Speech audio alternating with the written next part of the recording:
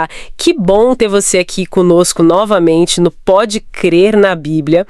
Hoje a gente vai fazer uma análise assim bem profunda de uma conexão que muitas fontes apontam, sabe? É a ligação entre aquela história dramática lá de Daniel, capítulo 3, e as profecias do Apocalipse, especificamente os capítulos 13 e 14. A ideia é que existe um padrão que se repete, essa tensão entre adorar a Deus de verdade, o Criador, e, por outro lado, as pressões humanas para uma adoração falsa, imposta. Vamos mergulhar nesses paralelos, nesse conflito entre o que Deus pede e o que os homens mandam, e tentar entender o que significa adorar a imagem, né? Especialmente pensando nos eventos finais. Ok, então vamos começar lá com Daniel capítulo 3. A cena é forte, né? O rei Nabucodonosor, aquela estátua de ouro imensa, e a ordem era bem clara. Ouviu a música, todo mundo se prostra e adora. Se não, a consequência, como está lá no versículo 15, era ser jogado direto numa fornalha de fogo ardente. Pesado. Mas aí temos os 3 jovens hebeus, Sadraque, Mesaque e Abednego, que se recusam. A base deles é a fidelidade total a Deus, aos mandamentos. Lá em Êxodo, capítulo 20, versículos 3 a 5, proíbe adorar imagens, né? E eles são firmes. Daniel 3, versículo 18, fica sabendo, ó rei, que não serviremos a teus deuses, nem adoraremos a imagem de ouro que levantaste. Exatamente. E o fascinante, sabe, é como essa narrativa parece ter um eco muito forte lá em Apocalipse capítulo 13.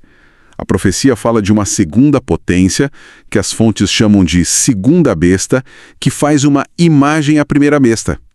E de um jeito bem parecido com Daniel, ela impõe adoração a essa imagem. Apocalipse 13, versículo 15. É direto. Quem não adorar a imagem deve ser morto. E não para aí, né? O versículo 17 ainda fala de sanções econômicas. Ninguém pode comprar ou vender se não tiver a marca ou sinal dessa lealdade imposta. O paralelo é muito claro, sugere um teste de fidelidade, assim, universal. Consciência contra coerção. Sim. É impressionante. E aqui o conflito central fica muito, muito nítido. Os mandamentos de Deus contra as ordens humanas. Porque logo depois, em Apocalipse capítulo 14, versículo 7, vem um chamado totalmente diferente.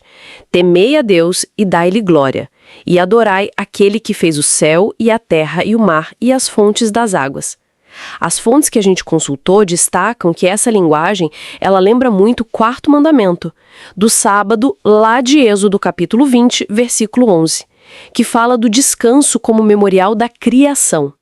Ou seja, é um chamado para adorar o Criador e não a criatura ou uma imagem feita por mãos humanas. E na sequência vem um alerta bem severo, né? Apocalipse 14, versículos 9 e 10. Eles advertem contra adorar a besta e a sua imagem, e falam da ira de Deus sem mistura para quem fizer isso. É um contraste direto. E quem são aqueles que ficam firmes com Deus nesse cenário todo? O versículo 12 descreve: aqui está a perseverança dos santos, os que guardam os mandamentos de Deus e a fé em Jesus. Então fica claro, né? Pelo menos nessa interpretação. Obedecer a Deus e se submeter a decretos humanos que vão contra ele são caminhos totalmente opostos. E se a gente ampliar um pouco a visão, isso toca num ponto central, a idolatria. Lá em Romanos capítulo 1, versículo 25, o apóstolo Paulo fala sobre como as pessoas trocaram a verdade de Deus pela mentira e passaram a adorar e servir a criatura em lugar do Criador. Seguindo essa linha, adorar a imagem, seja a estátua lá de Daniel ou a imagem simbólica da besta no Apocalipse, significa basicamente colocar uma autoridade humana, um sistema, no lugar que só pertence a Deus. E a menção da ira de Deus, tanto em Apocalipse 14, versículo 10, quanto em Romanos 1, versículo 18, é vista como a consequência dessa inversão, dessa rejeição da verdade. Então, o que a gente pode tirar disso tudo? Que a adoração, nesse contexto bíblico, vai muito além de um ritual, né? Ela é, na verdade, uma questão de lealdade. A quem você é leal acima de tudo? Tem aquela fala de Jesus em Mateus capítulo 12, versículo 30. Quem não é por mim, é contra mim. As fontes sugerem que, nos eventos finais que Apocalipse descreve, essa escolha se torna inevitável. Ou você segue a Deus e seus mandamentos, ou se alinha com sistemas humanos que o desafiam. Não tem como ficar em cima do muro. E aí a atitude dos 3 jovens hebreus lá em Daniel se torna um exemplo poderoso, né?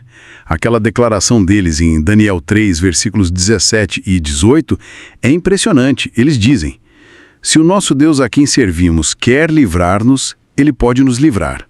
Mas, se não, fica sabendo, ó rei, que não serviremos a teus deuses nem adoraremos a imagem. Isso é fidelidade incondicional. As fontes também gostam de lembrar da promessa de que Deus está junto na provação, como o 4º homem na fornalha lá em Daniel 3, versículo 25.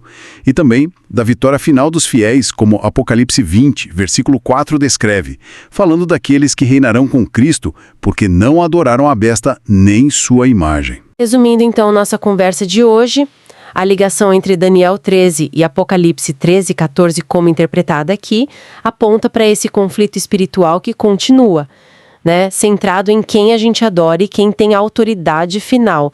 A escolha fundamental que a Bíblia apresenta é entre ser fiel ao Criador, obedecendo ao que ele pede, ou se submeter a poderes e decretos humanos que se colocam contra Deus.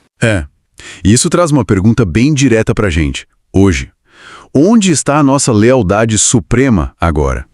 As fontes sugerem que a forma como a gente vive, as escolhas de fidelidade que fazemos no dia a dia, elas podem ser a nossa preparação para desafios maiores, né? Fica o convite para esta reflexão.